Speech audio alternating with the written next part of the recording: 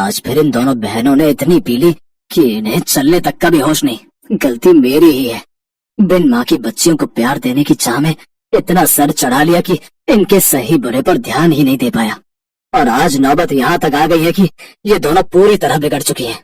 अपनी दोनों जवान बेटियों की हरकतों को देखते हुए धनराज सेठ उनके लिए लड़के तलाशने शुरू कर देता है। फिर कुछ दिनों में उनकी शादी अपने बराबर के घराने में कर देता है, जहाँ उनकी सास राजरानी हाथों में आरती की थाली लिए उनका स्वागत करती है, जिसे देख सुनैना और मलाइका अपने घूंघट को हटाते हुए कहती हैं, ओफो सासू मॉम, अब ये सब तामझाम बंद भी करो। हम ससुराल आई हैं, कोई सरहद पर जंग लड़ने नहीं आई है जो आप ये सब ड्रामे कर रही हैं।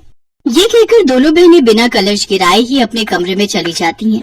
उनका ऐसा व्यवहार देखकर राजरानी और उसके बेटे निखिल और रोहित हैरान रह जाते हैं। अगले दिन वो दोनों सुबह 10 बजे सोकर उठती हैं। फिर राजरानी उनसे कहती है, अरे ये क्या बहुओं, अभी तक तुम दोनों नहाए नहीं। आज तुम दोनों की पहली रसोई है जिसमें तुम्हें मीठा बनाना है। चलो जल्दी से नहा लो। लेकिन सासू मॉम, हमें तो करछी पकड़नी तक नहीं आती। हमें तो सिर्फ मीठा खाना आता है, बनाना नहीं।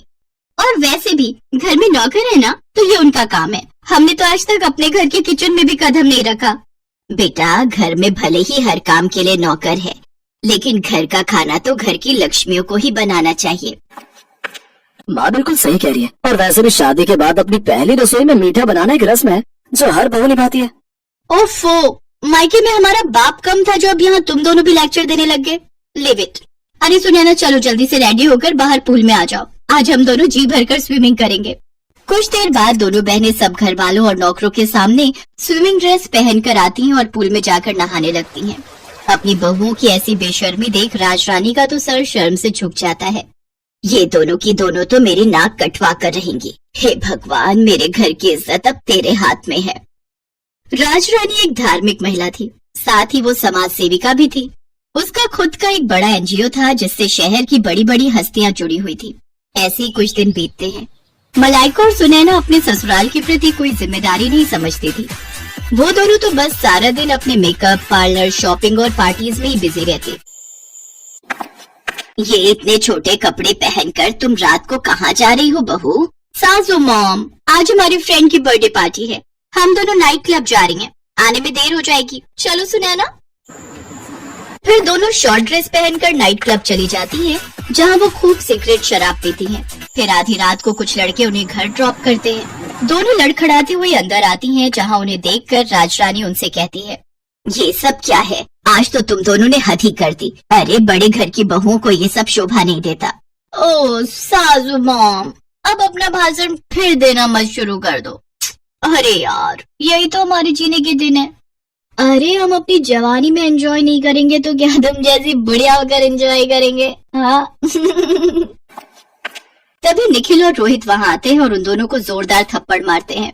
ये देखकर दोनों बहनों को बहुत गुस्सा आता है और वो भी अपने पतियों के मुंह पर थप्पड़ कस देती हैं। हम आज के जमाने की लड़कियां हैं, मुंह तोड़ जवाब देना बहुत अच्छे से जानती है, तो ऐसी गलती फिर मत करना। फिर दोनों अपने कमरों में लड़खड़ाते हुए चली जाती हैं। ऐसे ही समय बीता। फिर एक रोज सुनैना और मलाइका अपने घर में लेटी थी, तो उनके फोन पर एक मैसेज आता है जिसमें शहर के बाहर एक फार्म हाउस में रेव पार्टी का इनविटेशन होता है। Oh wow, rave party! Malaika, I am so excited यार। मैंने आज तक बस रेव पार्टीज के बारे में सुना था, लेकिन अब तो हम उसे एंजॉय भी करेंगे। ऑफ कोर्स, अगर लाइफ में हर चीज का मजा नहीं लिया तो क्या किया? We will definitely go there.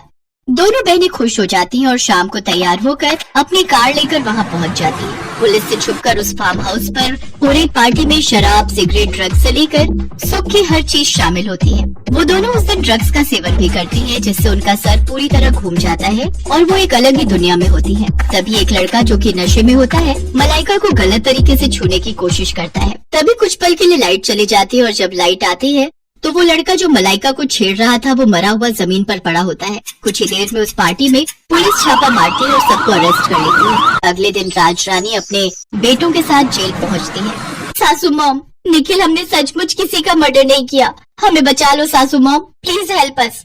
हाँ रोहित, हमारा ट्रस्ट करो, हमें फंसाया जा रहा है। हमसे बहुत बड़ी गलती हो गई जो हम उस पार्टी में गए। आज के बाद हम कोई पार्टी नहीं करेंगे और ये सब काम सच में छोड़ देंगे।